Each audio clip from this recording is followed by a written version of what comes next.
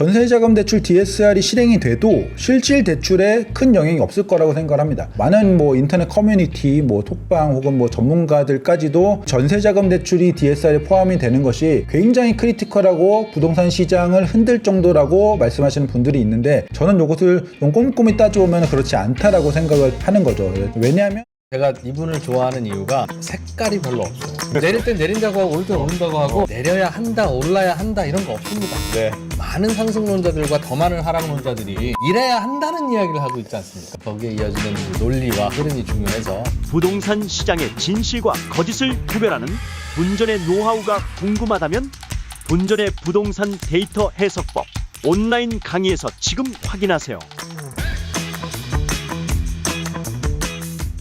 안녕하세요, 분전입니다. 오늘은 DSR, 최근 시장에 굉장히 크게 영향을 주고 있는 대출 규제인 DSR 관련해서 말씀을 드려보려고 하는데요. DSR 중에서 지금도 DSR이 강한 규제로 작용하고 있지만 더 강해지는 스트레스 금리 적용하는 거하고 전세자금 대출에도 DSR을 적용하는 거하고, 그게 언제 어떻게 적용되는지 그리고 어떤 영향을 시장에 미치는지 오늘 한번 다뤄보도록 하겠습니다. 먼저 스트레스 DSR에 대해서 한번 살펴보도록 하겠습니다. 스트레스 DSR이 최근에 2단계가 이제 9월로 이제 2달 정도 미뤄지면서 약간 좀 화제가 됐었죠. 왜냐면은 지금 집값이 좀 오르는 그런 흐름에서 스트레스 DSR 2단계가 적용이 되면, 그러니까 지금 1단계 상황인데 2단계가 적용이 되면은 이제 집값이 혹시 조정이 올지 모른다, 이런 기대감 혹은 우려가 있었는데, 요게 2달 후로 밀리면서 좀 화제가 좀 되고 있습니다. 그래서 일단은 스트레스 DSR이란 무엇인가 요거부터 한번 말씀드려보고, 그러면 2단계, 3단계는 뭐고 그 영향이 뭔지 한번 살펴보도록 할게요. 스트레스 DSR이라는 거는,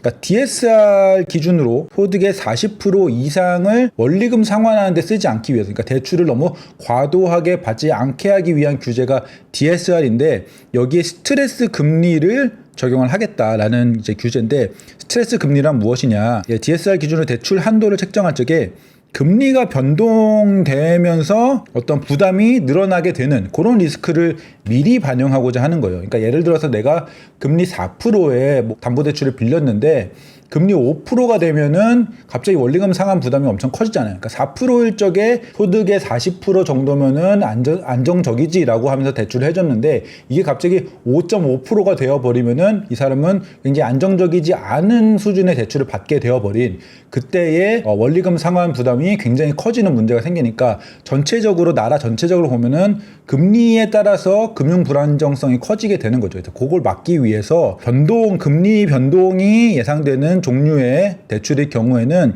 미리 스트레스 금리를 주는 거예요.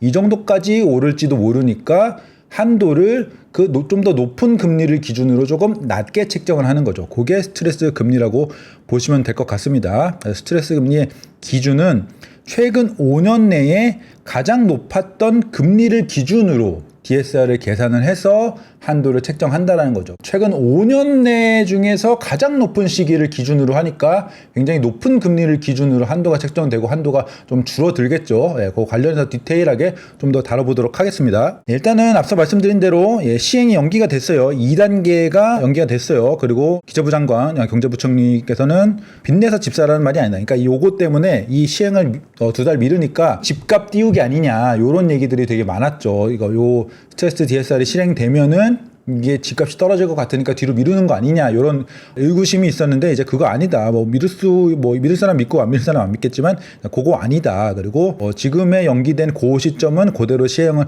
하겠다라고 발표를 했고, 단계별 시행 방식을 말씀드리면은 일단은 현재는 이 상황입니다. 이 신용대출에는 스트레스 금리를 반영을 안 하고 주택담보대출에만 스트레스 금리를 적용을 하고, 그 다음에 앞서 말씀드린 대로 5년 내 최고점 금리를 기준으로 한도를 책정한다고 했는데요. 스트레스 금리라는 건 뭐냐면은 현재의 금리, 그거 대비해서 5년 내 최고 금리, 즉 지금 평균 금리가 4%고 기존 5년 내 최고 금리가 5.6%다. 이렇다고 하면은 1.6%가 스트레스 금리로 들어가는 겁니다.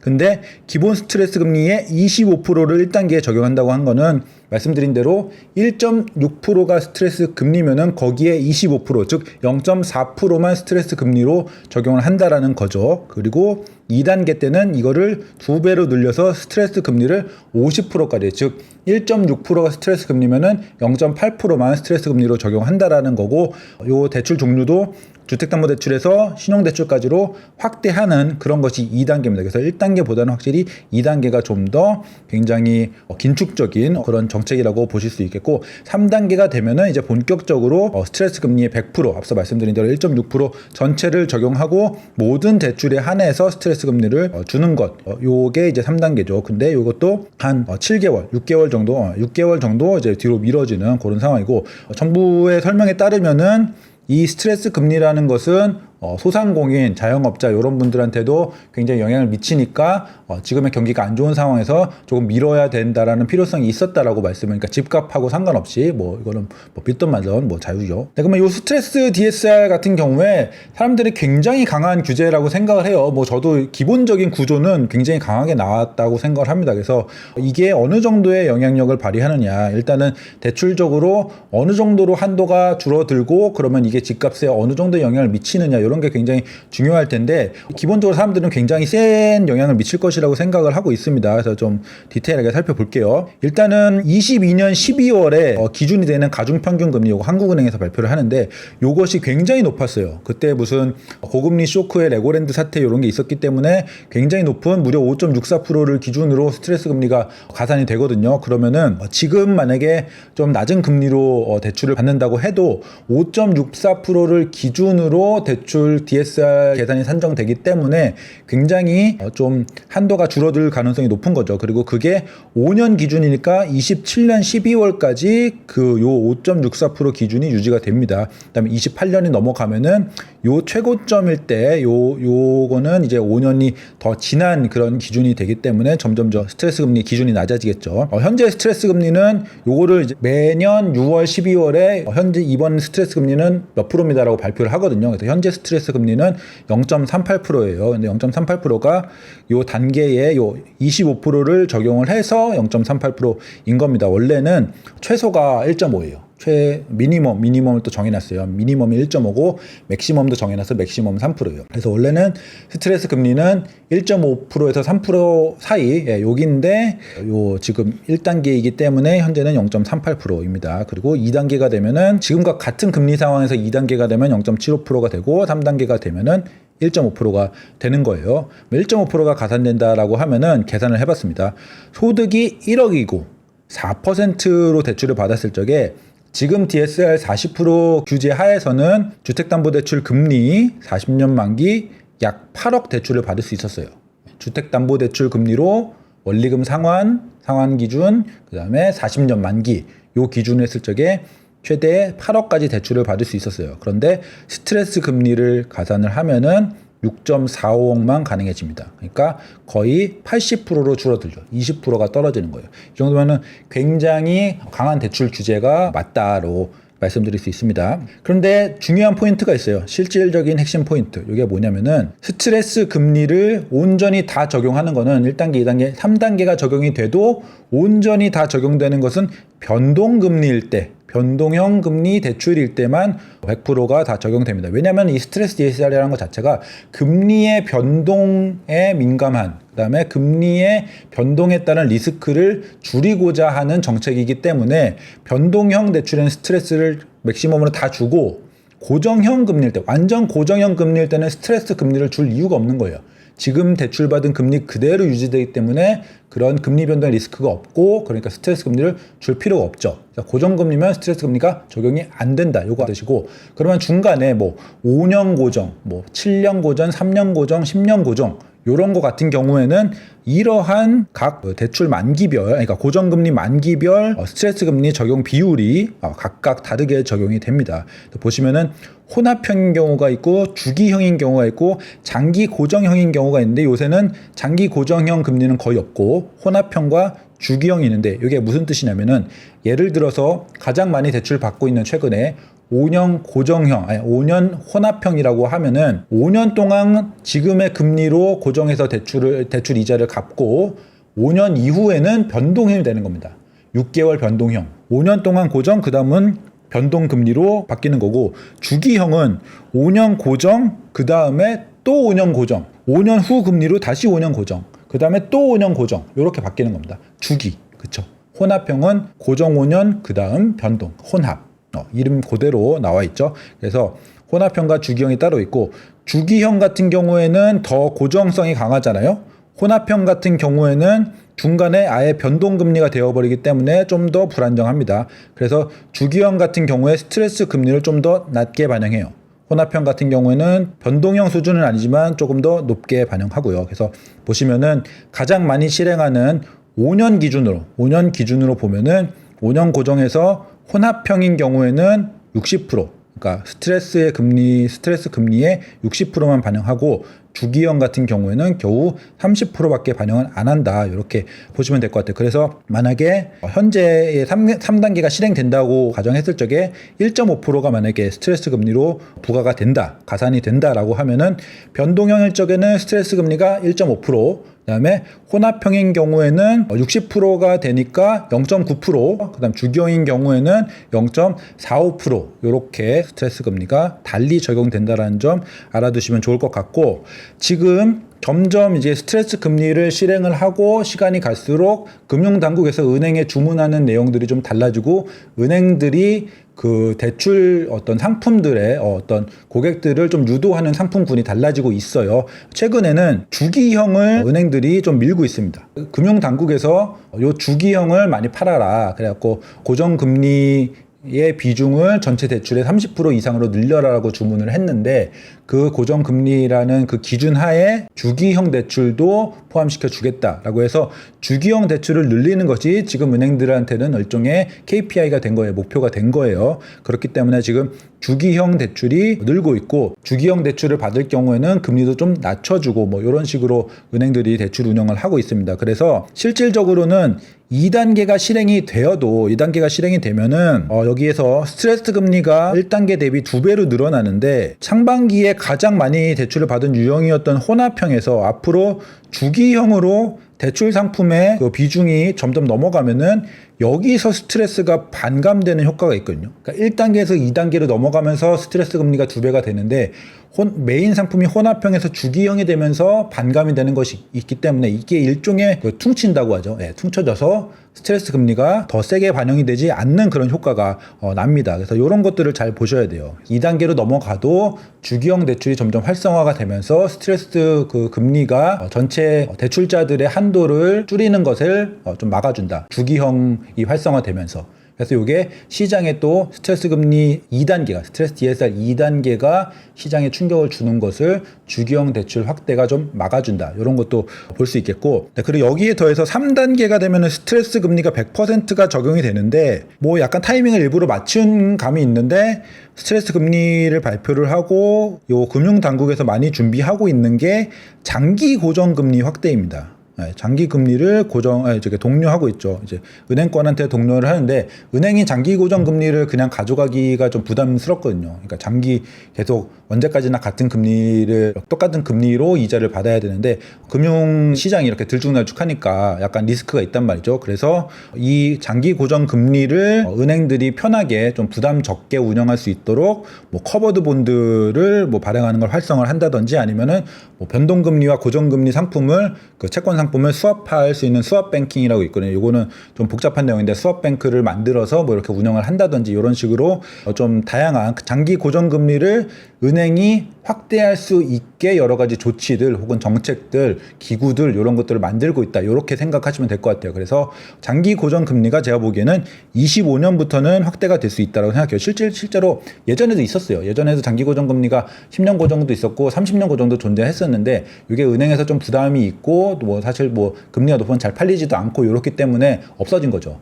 근데 이런 정부에서 여러 가지 조치들을 통해서 장기 고정 금리를 해도 은행이 좀 부담이 적게 만들어 준다라고 하면은, 그다음에 이런 것들을 금융 당국에서 좀 독려를 한다고 하면은 저는 분명히 내년이면은 장기 고정 금리 상품이 나올 것 같아요. 그리고 내년이면은 금리가 좀 충분히 내려간 상태, 지금도 낮지만 지금보다 조금 더 내려간 상태라고 보면은 거기서 장기 고정 상품은 좀 잘 팔릴 것 같거든요. 그래서 스트레스 DSR이 좀 강력하긴 한데 이것을 그냥 기본적인 금리 가산만 보면은 변동형 금리에 해당되는 그런 정책이고, 요 주기형 상품이나 뭐 혼합형 상품 혹은 장기 고정형 상품일 적에 어떻게 적용이 되고 어떤 대출들이 최근에 더 독려가 되고 비중이 확대되는지 이런 것까지 같이 보면서 스트레스 DSR의 영향을 생각을 해보셔야 되고, 그래서 이런 것들을 봤을 적에 이게 2단계가 시행이 된다고 해도 주기형으로 대출을 받으면서 한도를 그렇게 충분히 원하시는 대로 지금 못지않게 받을 수 있을 것 같고, 그러면서도 고정형 성격이 강하기 때문에 금융적인 불안정성도 좀 줄어들 수 있는 그런 정책이라고 보시면 될 것 같습니다. 그래서 또 그냥 강하기만 하다 이렇게 생각하실 필요 없을 것 같고, 생각보다 이것이 집값에 영향을 주는 어떤 영향력이 그렇게 크지 않을 것 같다. 이 정도까지 제가 정리 드릴 수 있을 것 같습니다. 그 다음에 두 번째로 스트레스 DSR 얘기가 좀 복잡했는데 조금 더 단순한 전세자금 대출 DSR에 대해서 좀 설명을 드리고 그 영향력에 대해서 설명을 드릴게요. 보시면은 이제 가계대출 경고 등의 전세대출도 DSR 규제에 적용되나 이런 얘기들이 최근에 많이 나왔습니다. 그래서 실제로 금융당국에서 예전에도 검토를 했었고 지금도 적극적으로 검토를 하는 것 같아요. 그리고 검토를 해서 넣으려고 하다가 안 넣었던 것이고, 그 다음에 최근에 가계부채가 굉장히 올라가는 그런 흐름을 보이고 있기 때문에 저는 이것은 좀 포함을 시키지 않을까, 이번 달이든 다음 달이든 언젠가 이제 포함을 시키지 않을까라는 생각이 들어서 요 내용에 대해서 미리 좀 알아두시면 좋을 것 같은데 이렇게 설명을 좀 드려보겠습니다. 네, 전세자금 대출 요 DSR 포함 같은 경우에는 원금은 DSR에 포함되지 않습니다.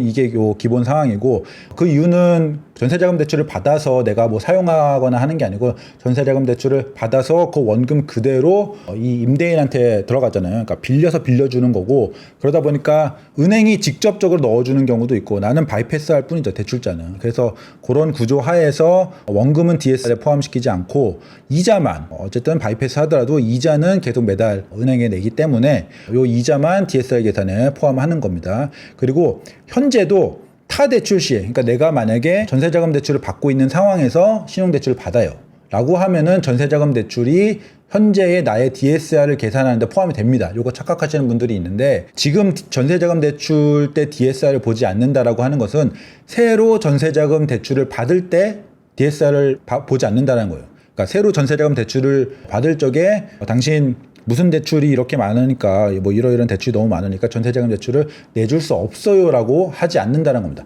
그렇게 보는 은행도 있어요. 자체적으로 전세자금 대출 받으려고 하는데 타 대출들을 보고 대출이 너무 많으니까, 다른 대출이 너무 많으니까 전세자금 대출 내줄 수 없습니다라고 보는 은행들도 있습니다. 공식적인 정책 기준으로는 전세자금 대출을 받을 적에 다른 대출이 얼마나 있는지를 보지 않고 그냥 전세자금 대출 내준다, 이렇게 보는 게 기본적인 현재의 대출인데, 앞으로 요 DSR에 포함시키면은 신규 전세자금 대출을 받을 적에 기존의 대출들을 보겠다라는 거죠. 요거 약간 헷갈리지만 이해를 하셔야 돼요. 그러니까 지금도 타 대출을 받을 적에 당신이 얼마나 대출을 받고 있습니까? 이렇게 산정을 할 적에 전세자금 대출을 포함을 시켜요. 지금도 그렇습니다. 그런데 앞으로 바뀔 가능성이 좀 있는 거는 전세자금 대출을 새로 받을 적에 타 대출이 얼마나 있는지를 본다라는 거죠. DSR 기준으로. 요게 바뀌는 거예요. 네, 그래서 제 생각에는 생각보다 전세자금 대출 DSR이 실행이 돼도 실질 대출에 큰 영향이 없을 거라고 생각을 합니다. 그러니까 지금 이 말씀을 좀 크게 강조해서 드리는 이유는 많은 뭐 인터넷 커뮤니티, 뭐 톡방 혹은 뭐 전문가들까지도 이 전세자금 대출이 DSR에 포함이 되는 것이 굉장히 크리티컬하고 부동산 시장을 흔들 정도라고 말씀하시는 분들이 있는데, 저는 이것을 좀 꼼꼼히 따져보면 그렇지 않다라고 생각을 하는 거죠. 왜냐하면 이제 이자만 반영되기 때문에, 그러니까 다른 대출이 없다라고 하면은 전세자금 대출을 받는데 DSR이 부담되지 않는 거예요. 그러니까 이자만 반영되기 때문에 전세자금 대출을 많이 받아도 DSR 퍼센테이지가 확 높아지지 않거든요. 그래서 다른 대출이 없다라고 하면은 소득 대비 40%를 전세자금 대출 이자로 채우기가 거의 불가능할 정도로 전세자금 대출 그 자체로 DSR 40%가 잘 안 채워집니다. 그래서 내가 만약에 다른 대출이 없다고 하면은 전세자금 대출을 원하는 대로 풀로 맥시멈 받을 수 있을 거예요. 그렇기 때문에 요 케이스에 별 영향이 없다. 근데 만약에 내가 신용대출이 있다라고 하면은 신용대출이 뭘 풀로 받았다, 뭐 1억 원 이렇게 받았다라고 하면은 그 상태에서 전세자금 대출을 많이 받기는 좀 어려울 수 있어요. 어려울 수 있습니다. 그런데 신용대출 같은 경우에는 DSR을 많이 잡아먹고 전세자금 대출 같은 경우는 DSR을 별로 안 잡아먹거든요. 그렇기 때문에 어떻게 되냐면은 신용대출을 2천만 원만 상환해도 전세대출 1억 2천을 더 받을 수 있어요. 그래서 전세대출을 못 받는 게 아니고 DSR, 전세대출이 DSR에 적용이 되면은 DSR에 적용이 되니까 전세대출을 못 받게 됐네? 이게 아니고 신용대출 일부 상환만 하면은 충분히 전세자금 대출을 받을 수 있는 거예요. 그래서 다중대출을 규제하는 게 DSR 규제인데 만약에 내가 신용대출이 있는 상황에서 전세자금 대출을 받으려고 한다라고 하면 전세대출을 못 받는 게 아니고 전세대출을 풀로 받아서 그중에서 일부를 신용대출을 상환하면은 이거 다 받을 수 있는 거예요. 그래서 요 정도 생각보다 그렇게 크지 않은 신용대출 일부 상환, 그러니까 전세자금 대출이 줄어들기보다는 신용대출 상환 속도가 빨라지는 이런 영향이 좀 있지 않을까라는 생각이 듭니다. 그리고 유주택자가 전세를 준 경우에는 영향이 없습니다. 그렇죠. 예, 전세를 준 경우에 이게 DSR이 포함이 안 되니까 유주택자가 뭐 집이 많더라도 그 전세를 준 경우에는 영향이 없고 물론 집이 많으면 그 자체가 이제 대출 규제에 걸릴 수 있지만 어쨌든 DSR에 관련해서는 전세를 준 경우에는 요 영향이 없고 유주택자 중에서 주택담보대출을 실행한 사람이 전세자금대출까지 실행을 한다면 이게 되게 드문 케이스잖아요. 보통 주택담보대출을 실행을 한다라는 것은 내 집을 담보대출을 실행해서 내 집에 산다 이런 케이스인데 주택담보대출을 실행하면서 또 전세자금대출을 실행해서 전세에 살겠다라고 하는 그런 일부 케이스에만 영향이 돼서 이런 주담대를 많이 가지신 분들은 전세대출이 안 나올 수 있죠. 네, 그렇죠. 요 케이스 그 다음에 여기서 신용대출 일부 상환 영향 요 두 가지 케이스밖에는 영향이 없는 거예요. 대단한 어떤 크리티컬한 이슈고 크리티컬한 정책이고 이것이 시장이 흔들 수밖에 없다 이렇게 생각하기에는 따져보면은